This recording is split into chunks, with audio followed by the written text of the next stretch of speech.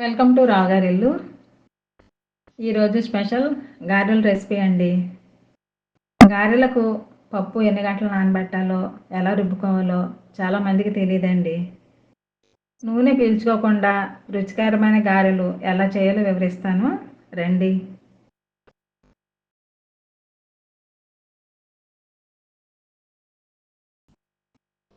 సాధారణంగా గారెలకు నేను పొట్టు మినపప్పు వాడతానండి.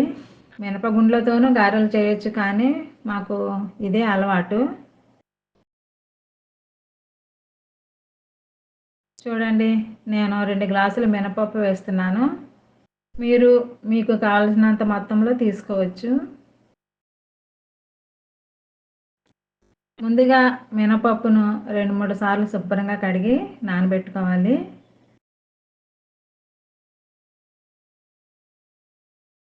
గారెల కోసం పప్పు 4 గంటలు నానితే చాలండి.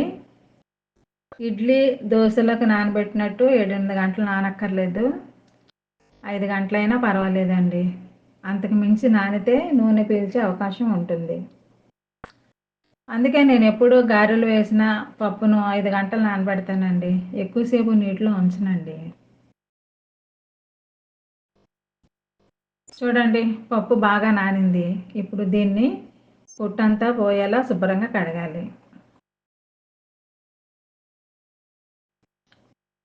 పప్పు నాణ్యతను బట్టి గారెలు రుచిగా ఉంటాయండి. కొన్ని రకాల పప్పులైతే రుబ్బితే పిండి ఇరువు అవదండి.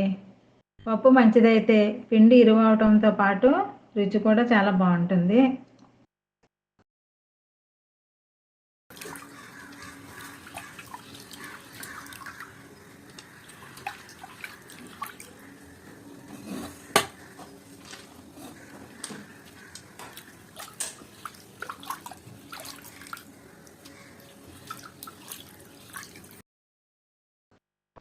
పప్పును మిక్సీ కంటే గ్రైండర్లో రుబ్బితేనే మంచిదండి. గారెలు చక్కగా మెత్తగా వస్తాయి.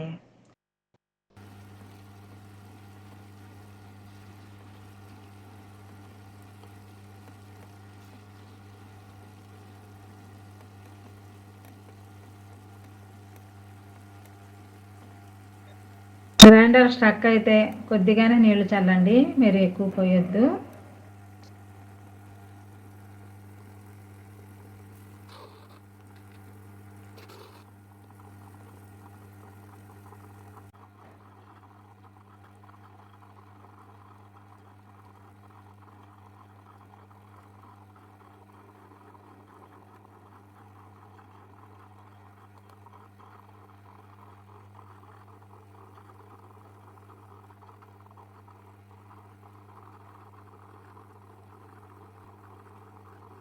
చూడండి, పప్పు ఇలా నలగాలి.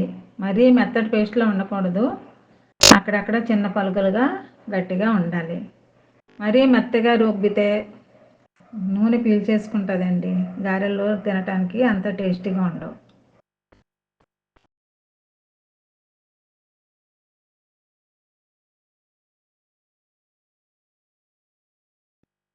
ఇలా రుబ్బుకున్న పప్పులో రుచికి సరిపడా ఉప్పు, 1/2 టీ స్పూన్ జీలకర్ర కలపాలి.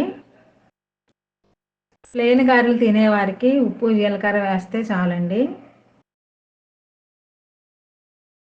మరో వెరైటీ కోసం ఉప్పు, జీలకర్రతో పాటు ఉల్లిపాయలు, పచ్చిమిర్చి, అల్లం ముక్కలు కూడా కలుపుతున్నాను.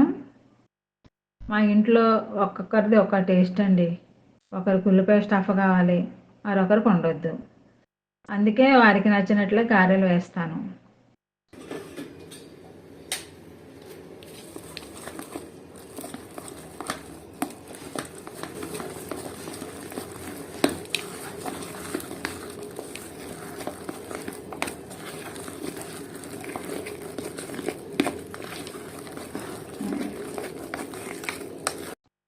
గారెలు ఎలా వేయాలో చూద్దాం రండి. ముందుగా బాండీ పెట్టి గారెలు వేయించడానికి సరిపడా నూనె పోసి వేడి చేయండి. మంట మీడియంలో ఉంచండి. మంట హైలో ఉంటే పైన వేగిపోయి లోపల ఉడకవు. సిమ్లో ఉంటే నూనె పీల్చేస్తాయి. అందుకే మంట ఎప్పుడు మీడియంలోనే ఉండాలి. గారెలు వేసేటప్పుడు చేయి తడిగా ఉండాలండి. అప్పుడే బాండీలోకి గారె ఈజీగా జారిపోతుంది. ఒక చిన్న గిన్నెలో నీళ్లు తీసుకోండి. ఇలా ప్లాస్టిక్ కవర్ కానీ అరిటాకు కానీ తడుపుతూ పిండి ముద్దను గారె షేప్లోకి తీసుకురావాలి. చేయితో పాటు కవర్ కూడా తడుపుకుంటూ ఉంటే గారెలు ఈజీగా వస్తాయండి. చాలామంది చేత్తోనే వేసేస్తారండి. నాకైతే ఇలా కవర్ కానీ అరటి ఆకుపై కానీ వేయటం అలవాటు.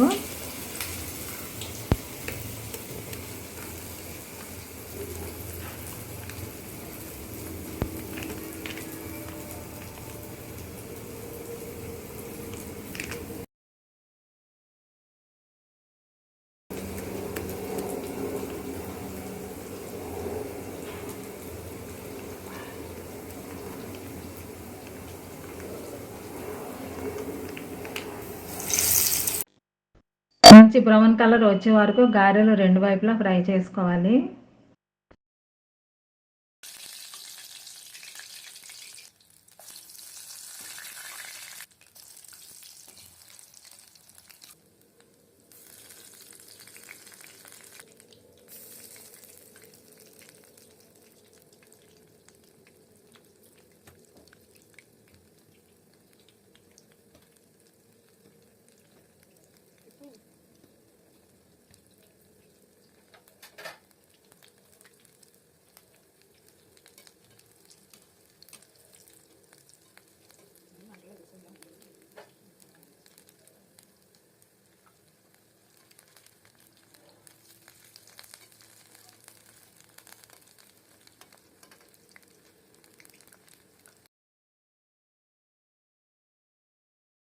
చూడండి గారెలు ఎంత బాగా వచ్చాయో. నాణ్యమైన పప్పు కావటంతో చక్కగా ఉన్నాయండి. మంచి వాసన కూడా వస్తున్నాయి.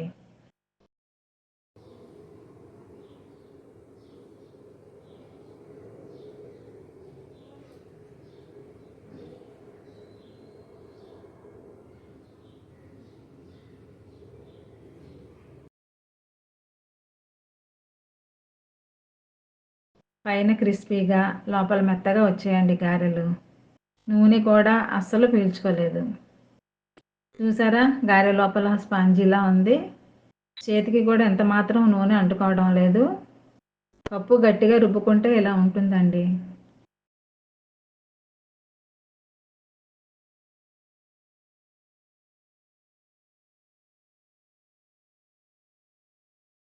చూడండి గారెలను నేను ఇలా అల్లం పల్లి చట్నీలతో పాటు సాంబారు ఉల్లి ఆవ పచ్చడితో వడ్డించాను.